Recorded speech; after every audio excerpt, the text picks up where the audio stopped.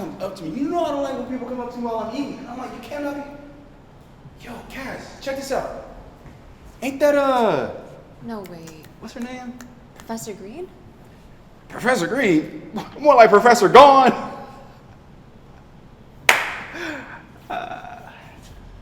Cass, my sweet, most oblivious friend.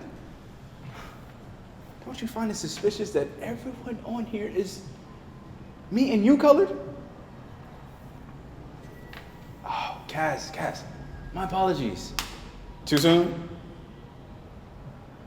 Wait, if Professor Green is gone, who's gonna watch me sleeping statistics? Girl.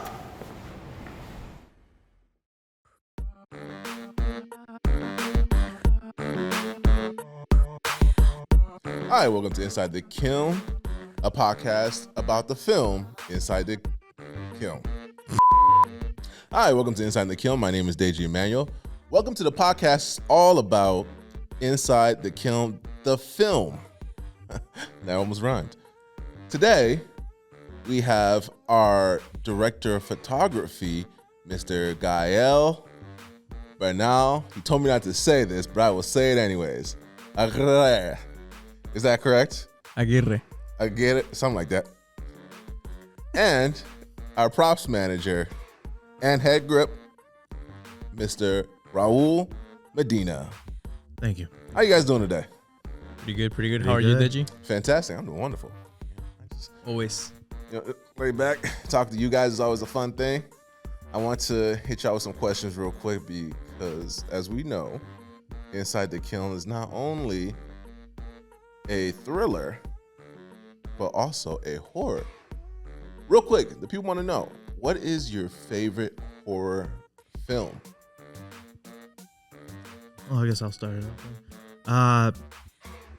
There are a lot of horror movies that I've seen for quite a while. My favorite took some time to think about, and I have to go with Scream for this one. Scream? Why Scream? The Scream because... Do you want Scream right now? Don't. All right, go ahead.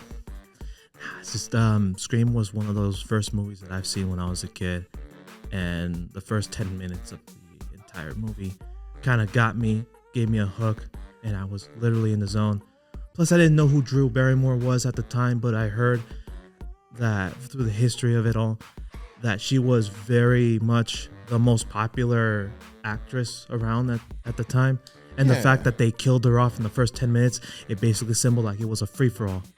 That's crazy. They killed Drew Barrymore. To tell you the truth, I have not seen the first Scream. They killed her off in the first 10 minutes. Sorry for spoiling it. You're welcome. Don't let it happen again. Yeah. All right. Question. Do you think there's too many Screams?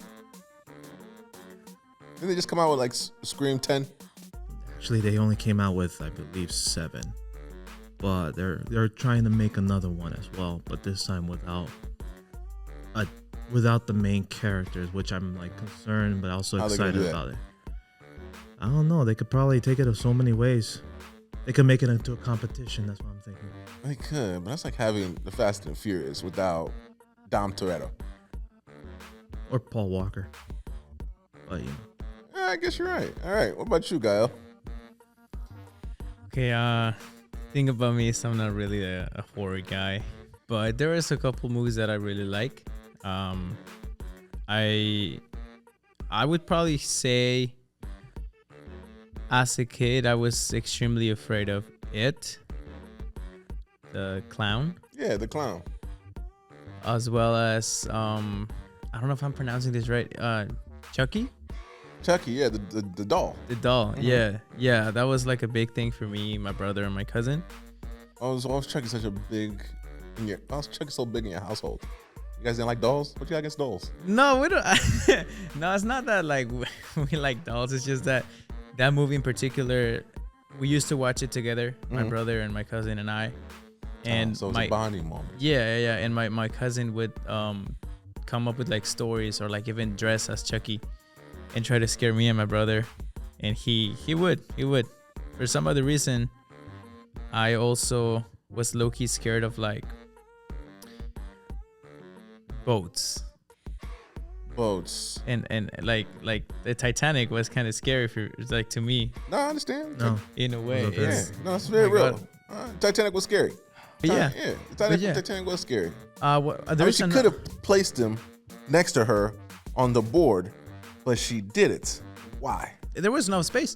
There There was was enough space enough for both space. of them.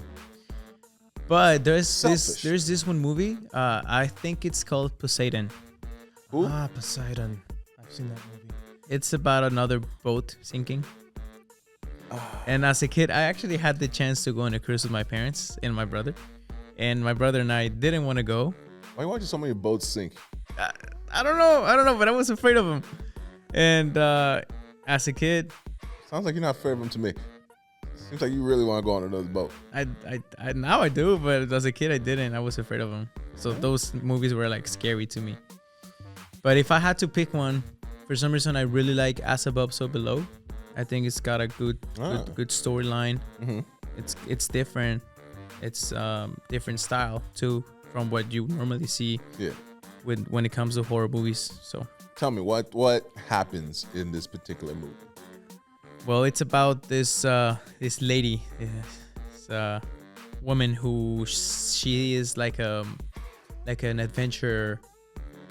Oh, so the girl and her father was also a person that would go on like these adventures, myths that people would think that's what they were. They were myths, but in reality, all of these things were true.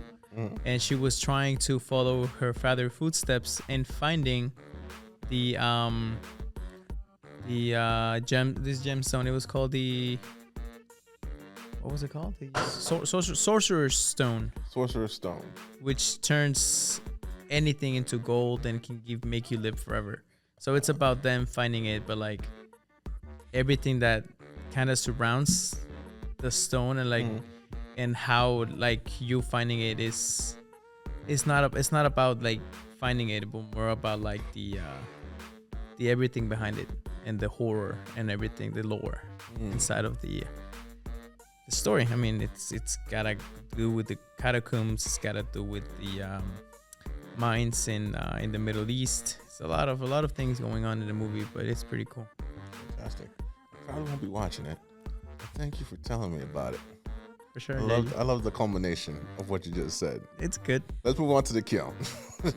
Let's get into the count. So, we know that you were the DP here on set. Thank you very much for your work. Fantastic. Does a great job, by the way. What was your favorite part about being the DP on set? Definitely working with the team Okay. was my favorite part. I feel like we all did a great job. We all kind of like had the opportunity to showcase our talents. You as a director, me as a DP, Joseph as a producer. Everybody had like a chance to really shine. And I feel like we have some great moments, very funny moments as well. You got a lot of funny moments. But I think that getting to showcase my talent was probably the best part. Your talent, for those who aren't familiar with the way, sets work, the way teams work, what Gael does is he is in charge of the composition of the frame. He is in charge of, he listens to the director on how things should be lighted. He makes sure things look super cinematic the way they're supposed to look. So besides the director's vision, the second person also in charge of the way the film looks will be our DP. He's very talented. That's why I chose him. Thank you. Appreciate it. And the person who's in charge of making sure everything is there, props-wise, so that it looks beautiful in the background, is Mr. Raul Medina. Raul, what was your favorite part of? I know you started off as just a grip, but we love what you did when it came to the props department. What was your favorite part about dealing with props and everything that comes with that? Well, the thing about the props was it was very hard to get by, but at the same time, the best thing about working along with the props. It's just when you finally acquire it and you see it put together into the set, that's the most part where I was like, wow, that's magic right there. That is magic. And especially when I'm working with a group like the production team that I had on Inside the Kiln, because I understand the fact that everybody here is on the come up of being the best in their division. They're responsible for doing a certain thing. Yep. Go ahead. And no, I kind of admired the fact that I'm working with some of the best in the school. Deji, you're a really great director. I appreciate it. Like, you're a fantastic director. I'm humbled. That's enough. Move on. We don't need to keep talking about me. Okay. Unless you want to. I could also talk more about Gael too. Put it down in the comments. We'll open up a forum. It's like Well, how much you love me in the comments. Deji is the best. He's awesome. He's handsome. Give him money. Give Deji money. please Donate to our GoFundMe, by the way. That's actually more important than all that. Please. We need. You can call me ugly 2 times. Just as long as you donate to the GoFundMe, it's all right.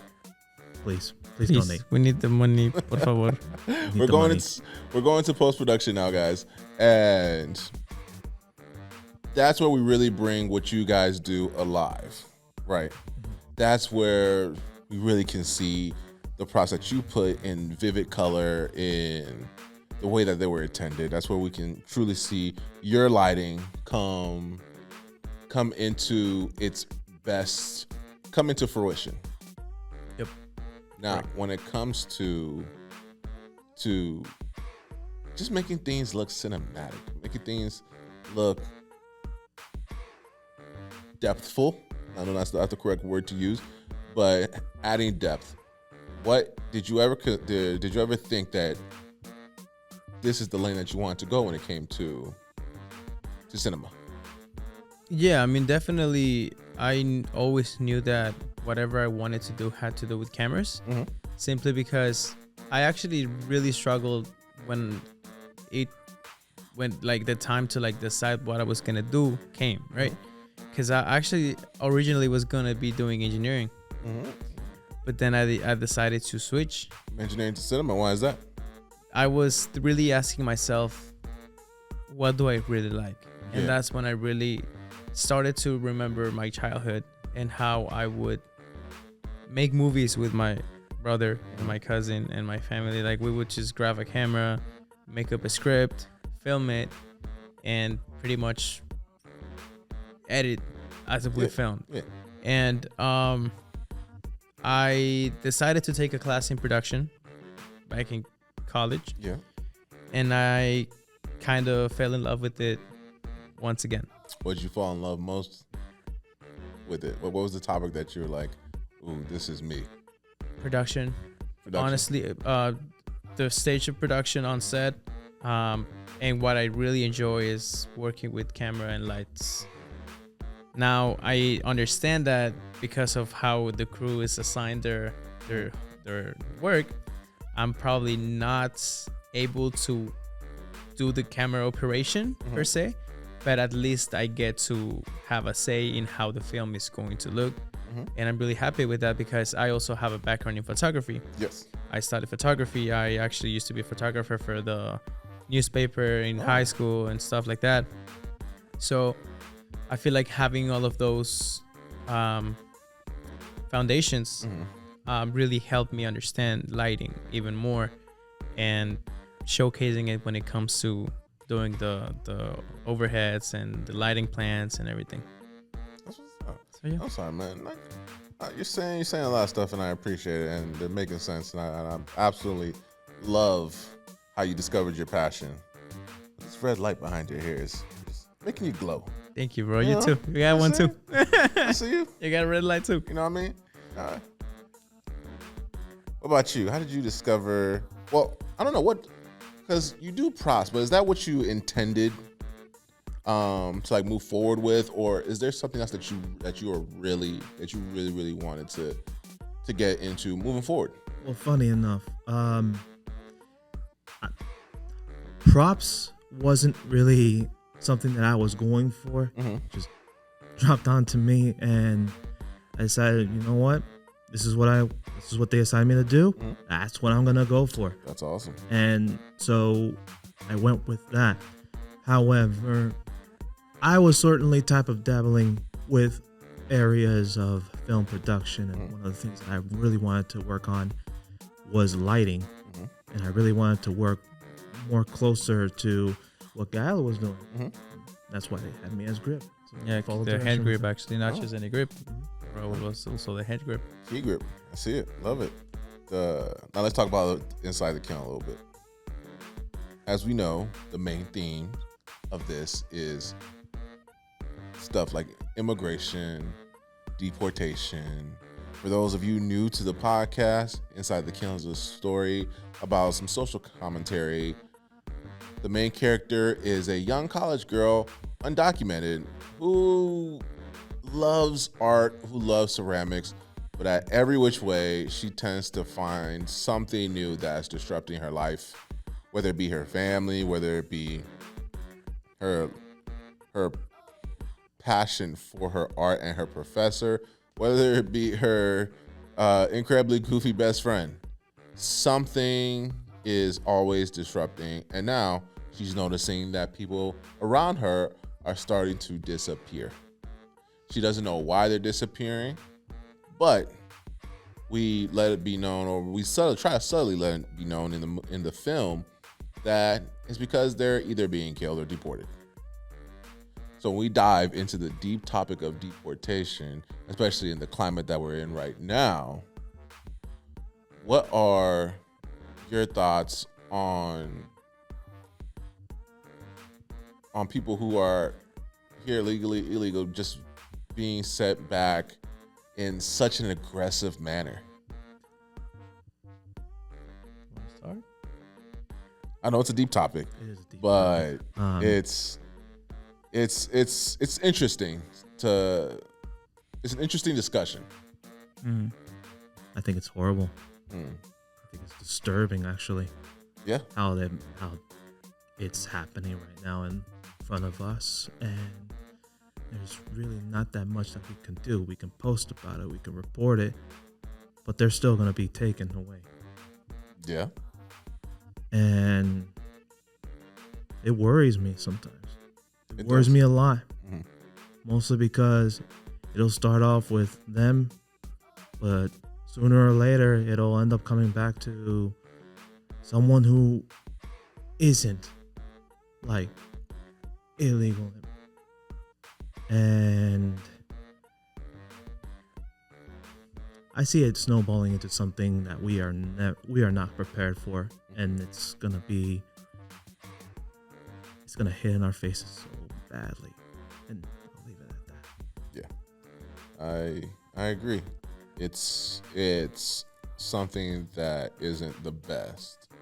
And I'm trying to pick my words a little wisely, because the society that we're living in right now,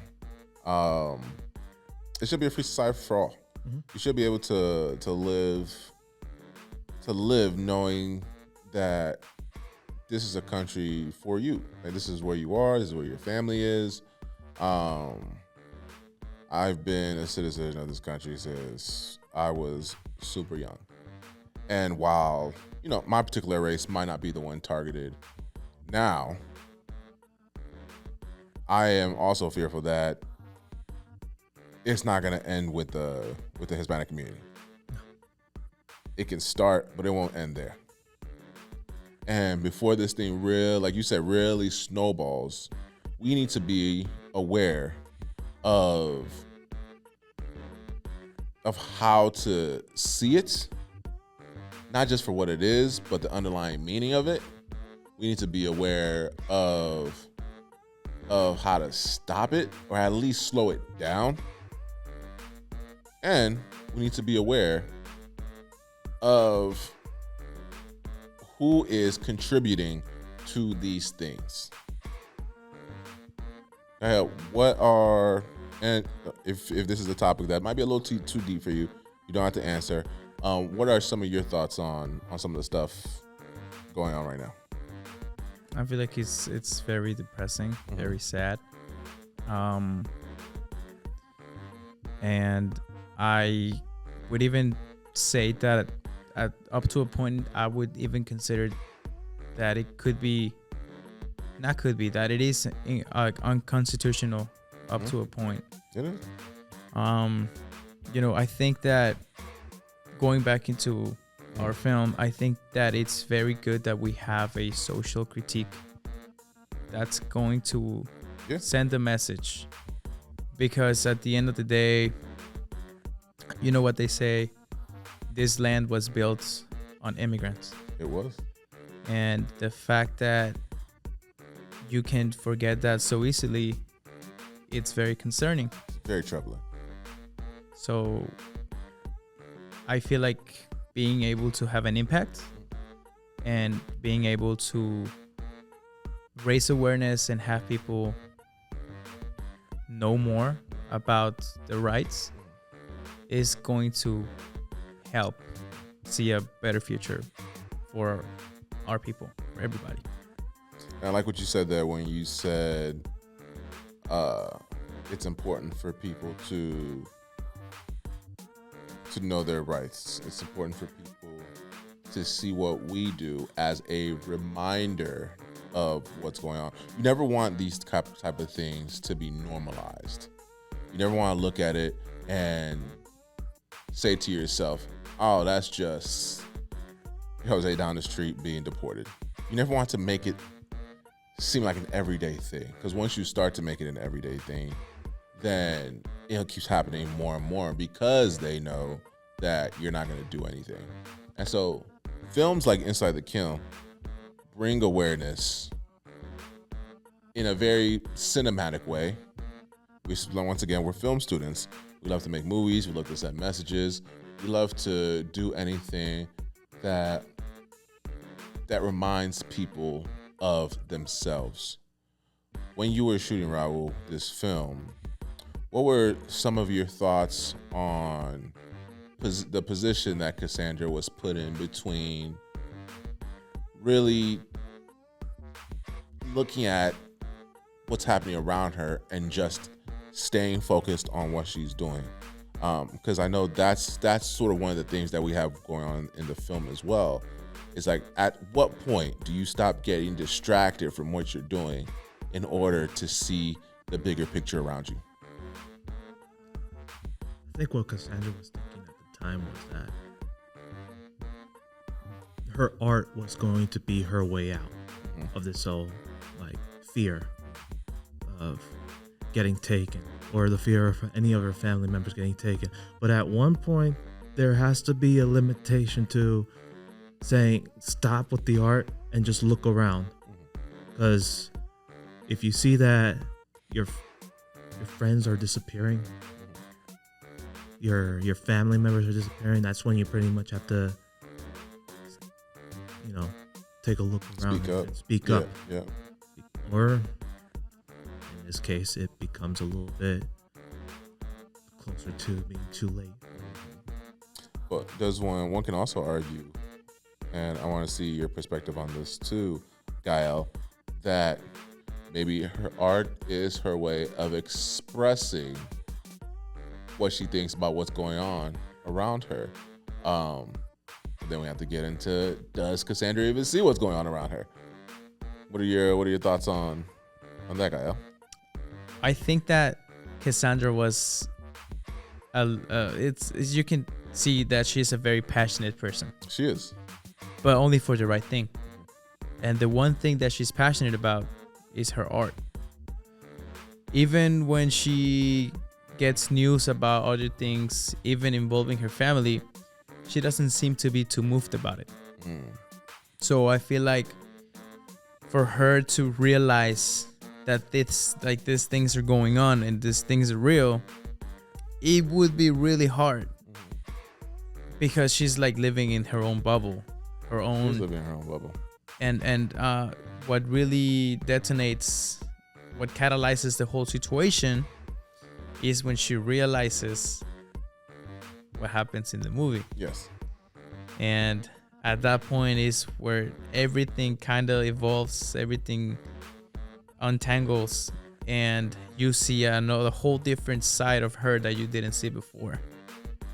But does it require someone to get into a fight or flight before they start making a change in how they behave? The thing about human nature is that sometimes we're too blinded to see what's going on. And sometimes the only way people are going to change is when there is something that triggers a response like that. I mean, You cannot, sometimes you just can't change unless you really have to. Yes. I want Yes. to add a little bit of that. Yeah. So I completely agree with you. Sometimes you just can't seem to be aware of whether to have that fight or flight situation, especially when you have someone like Professor Clayton, Yes. the antagonist of the movie, Mhm. or so and so. Mhm. I pictured her as one of the a charismatic, professor that takes notice of you and start to, I don't want to use the word, but woo you into like this certain type of safety. Mhm. Like, hey, let's go do a workshop and let's worry about this art. Don't worry about the outside world. Just be right here, right, perfecting this art that you're having. Everything will be okay. Yeah. If we go down that particular road, I believe that particular relationship, just as you described, also can reveal certain things in our own lives, whether it be government influences or certain types of propaganda that does bring us in, that does tell us, hey, whatever you see, it's not real. Come in, focus on this instead. And you see that every day. You see it every day. You see it every day, and that creates a false sense of reality that is not really there. And that's what happens with Cassandra. She gets dragged into this world that is not really existent, only to her, because that's how things were shaped. Right. And when that happens, it's even harder for you to realize things because you're so isolated from the reality. That's the key word. Like, she's isolated. We know Cassandra has her mother, and we could talk about like family influences, but even so, how much does family impact you if you're so focused on what you're focused on?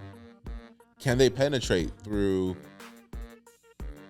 that layer of, I don't want to say disbelief. What's the word I'm probably thinking of? That layer of her just not being focused on that. Because she's so focused on her art. You would think, you ask yourself, the signs were, hindsight is 2020. You say to yourself, the signs were around. We saw the signs. A lot of people right now who are currently in this climate that we're in, at the end, if it goes terribly, which I honestly think it will, they're going to say to themselves, I saw the signs. I saw the signs. Were the strong signs not strong enough? What are your opinions of people just seeing things around and just not caring? I feel like a lot of people just simply get accustomed to it. And that's something that we don't want to have, simply because, like you said before, once something becomes normalized, it becomes the norm. Yeah. And at that point, I feel like all hope is lost when is. it comes to what should be the way, I'm hoping not all hope is lost, but there's a lot of people out there that, and we're trying our best here. Yeah. We have the film that we're writing, and there are other things in the media and through medium, through artists, through creatives that are trying to create things to bring certain things into light. Yep. Yeah. I believe it's important for everybody here to really dig deep, educate themselves, learn more about how politics work, and don't let things like this be normalized. Yes. I feel like if we want to make a change, it's on all of us, and we have to do the best we can. And I feel like us are doing a good job by showcasing this film, showing the world like a different side of it. It's always about perspective. So having another perspective is always good. Helps you understand a little more about things. It does. I completely agree. This is just something that, I know I feel passionately about. You feel passionately about Raul. I know you feel passionately about it. It is truly something that us as a crew work diligently on, because we do feel so, once again, passionately about it. Now, getting onto the lighter side of things, Cassandra and Daniel, they are, well, more Cassandra than Daniel. Daniel's a goofball. Cassandra is very, very passionate about her art. Seeing Cassandra so passionate about what she does, how does that influence you in how you view what you do as a DP and what you do on set? Getting the props together or anything else that you want to take into the future. What's that? Yeah, I guess so. I think with seeing Cassandra being so passionate about her art makes me being more passionate about being on set, because I can see it through the film, and I can see it through all of us right now. We're very passionate about this movie, and we're very passionate about being here on the set, doing what we're doing, because this film matters. This film is going to matter, and might not be for everybody, but in the end, this is going to be our stepping stone to something a lot more, something greater. More impactful, greater, and we get to tell better and greater stories in the future. This is not the end. This is something that we do feel great about, but we want to tell so many other stories. But it starts with Inside the Kiln, because it's such a great movie. What about you, Gael? How does this make you feel about? We're gonna start with cinema, but anything else that you might be passionate about? Well, I kind of just see my inner self, my inner kid, definitely toying with cameras, making movies. Now it's a little more complicated, as life goes on, you take on more responsibilities. Yes, true. So it's about being passionate for the things you do, but also being mindful of the other things you gotta do as well. So it's all about finding the balance. It is. At the end of the day, Cassandra is another person with responsibilities, with life passing by. So I guess it just reminds me of, it makes me think of the world, how things are. Everybody's got a life, everybody's got things to do.